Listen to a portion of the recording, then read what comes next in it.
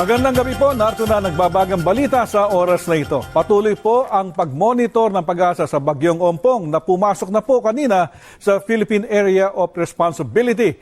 At alamin po natin ang latest tungkol po sa bagyo mula kay Bettina Magsaysay, live po mula sa Pag-asa Weather Center. Bettina!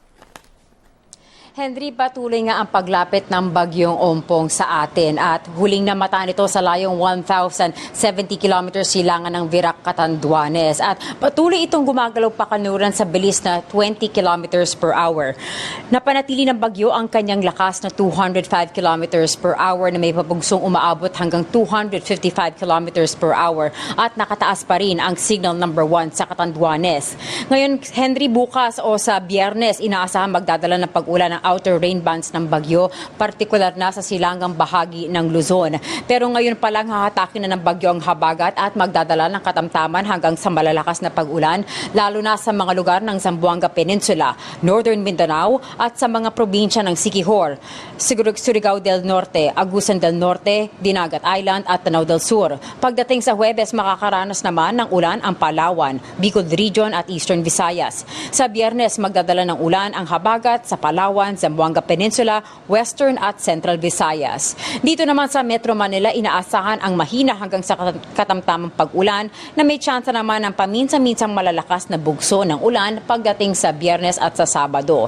Ngayon, base sa forecast track ng Pag-asa, itong bagyong ito ay inaasahan magla-landfall sa northern tip ng Cagayan sa Sabado ng madaling araw. Yan, Henry, ay kung hindi magbabago ang kanyang takbo.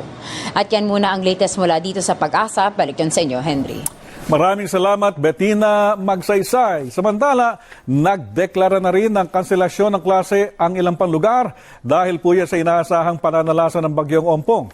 Wala na rin pong pasok bukas sa lahat ng antas, dyan po sa Parañaque. Doon din po sa Bamban, Tarlac, Agoo, La Union, Maykawayan, Bulacan at Candelaria, Quezon. Wala namang pasok mula preschool hanggang high school sa Lambunaw, Iloilo at wala ring klase sa elementarya sa San Jose, Nueva Ecija. Doon din po sa Maasin, Southern Leyte ay klase sa hapon lamang bukas ang suspendido. Pero sa Biyernes po ay wala ng pasok buong araw sa naturang lalawigan. Manatili nakatutok po sa ABS-CBN, ANC, DZMM, news.abs-cbn.com at patrol.ph para sa iba pang nagbabagang balita. Ako po si Henry Umaga Diaz at narito ang mga balitang dapat abangan. Mamaya po sa Bandila. Bagyong Ompong, hinahatag na ang habagat para magpaulan sa ilang lugar. Mga walang pasok bukas, alamin. Batanes LGU, nangangambang kapusin ng NFA Rise sa gitna ng bagyo.